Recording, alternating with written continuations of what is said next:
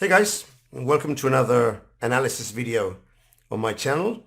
On the agenda tonight, we have a very interesting miniature game between international master Fabian Baenziger from Germany, rated 24-34, a strong young international master, playing with the white pieces. And with the black pieces, a young and promising English junior, CM Southcott Moyers. He's a candidate master, so that means he's already reached 2200 FIDE rating. Now he's under 2143. I played with Indy 2 years ago in Formentera. Already he was 2100. I got a draw. I think I was pressing, but he defended very well. I do know that Indy plays very well, and although he's on the wrong side of the game tonight, he's a very promising player, and I think that he'll become for sure a FIDE master and most probably an international master in due course, because as well as being a good player, he plays lots of international tournaments. So unless he decides to drop out, he's going to become a good player. So what we will see in the game, we'll see a Queen's Gambit, but by move transposition, the players arrive at a typical isolated Queen's pawn position, which can arise from the French, from the Queen's Gambit, from some variations of the Caro-Kann. So it's a very popular position from the Nimzo Indian. So it's good to know how to play this position with black and with white, and to avoid some of the more common traps that you're going to see in this game. So let's go with the game. Let's start off with d4. Indy plays d5, Fabian plays c4, Indy goes with e6. Standard opening play, knight to c3, knight to f6, bishop to g5. Now, white is pinning the knight to the queen, which means he's putting a lot of pressure on the d5 pawn. If black were to pass in this position, let's say any move such as, for example, a6, any random move, then white would and should capture on f6, and if black recapture with the queen, he drops the pawn and white already has the advantage. So bishop to g5 actually makes a very important threat. Now the two best ways to protect or to parry against this threat are bishop to e7, unpinning the knight, very safe, very standard, but also knight b to d7, which is called the Cambridge Springs variation. Now, for those of you who are not familiar with the theory, I'm going to show you a trap which appears in the Cambridge Springs variation. Those of you who are decent club players for sure already know this trap, but some of you might not know this trap, and I don't want you to fall into this trap. I want you to learn chess with me on this channel and make sure you don't fall into simple traps. Now, this is a very easy one to fall into. By playing knight b to d7, it doesn't look like black is protecting against the threat against the pawn.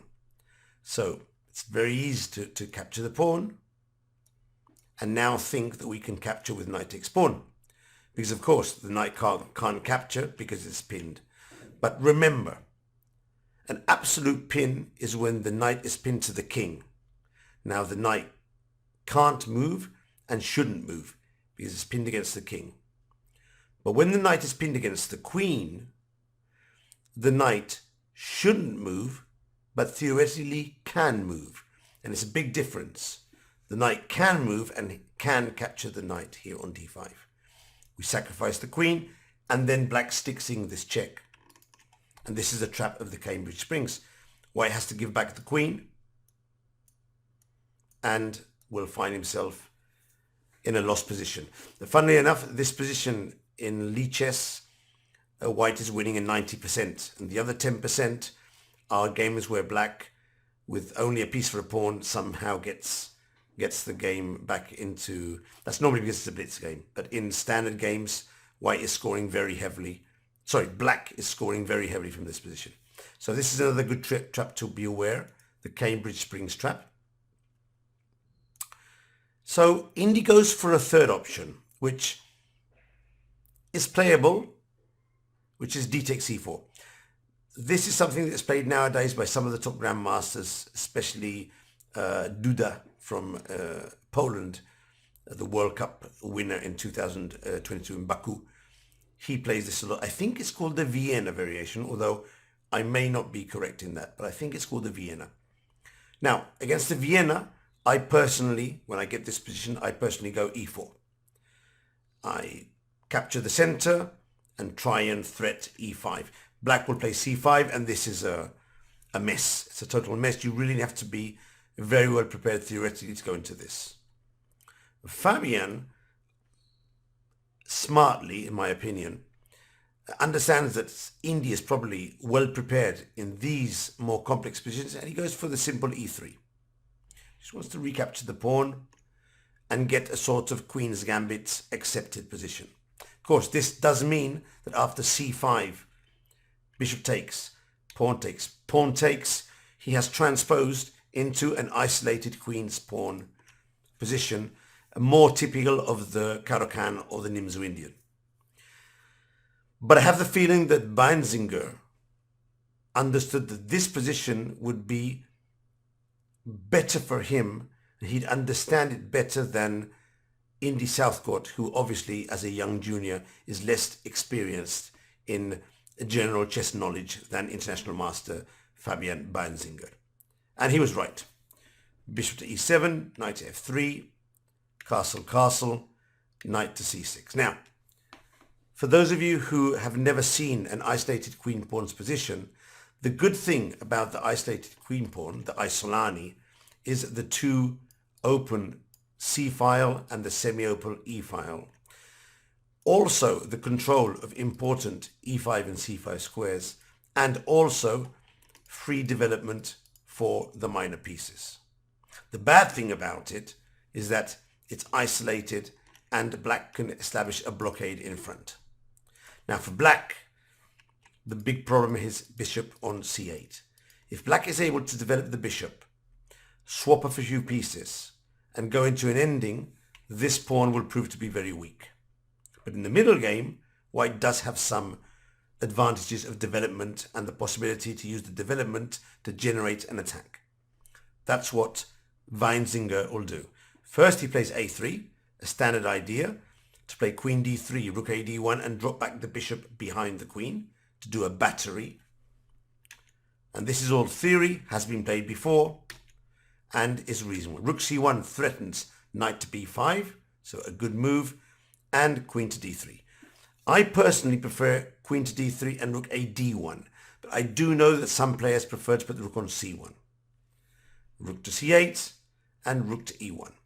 Now this is already the main position of the line, and here Indy goes wrong. The correct move is to play b4, and white will do well to play knight to a4, b takes a3, b takes a3, the knight will go to c5. This is a complex position which theory gives as approximately equal. Instead of this, Indy played rook to e8, which I don't think is a very good move. The rook hasn't got anything to do on the open file, at least for now. He does allow the bishop to drop to f8, but that doesn't make much sense if it's unpinning the knight. So I'm not quite sure that this move is very good. White regroups the rook to d1, and now he might be threatening d5 or bishop to e1. And here comes the second, and not decisive yet, but important mistake.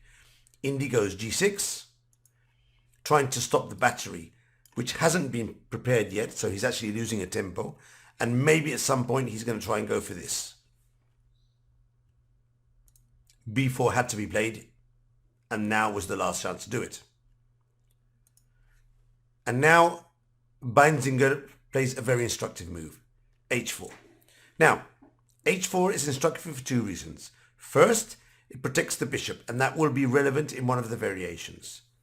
Second, it does sort of suggest that a5 could be a move, swapping off the g6 pawn and sort of softening the queen side, the king side. If we swap the two h pawns, then we can consider sacrificing something on e6 and the queen can go to g6. So h4, h5 is a very typical idea in this variation.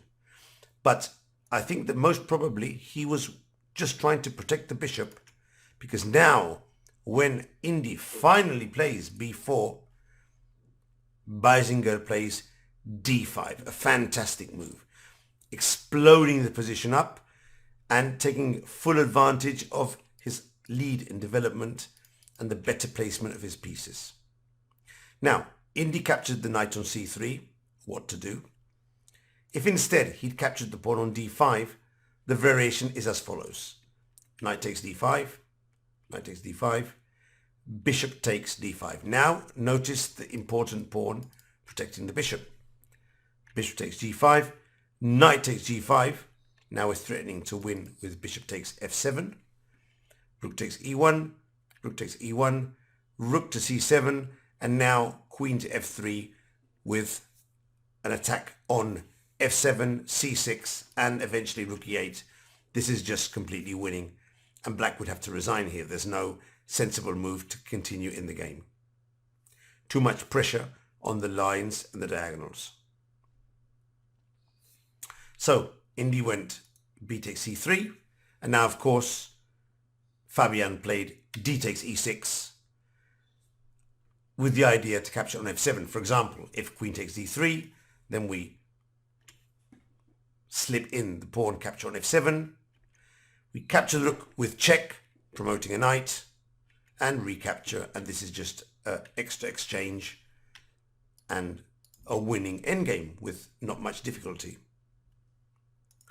Indy played pawn takes e6. He's trying to hang on to his knight, but here the game is over because the queen is hit, and when the queen moves, we win the rook.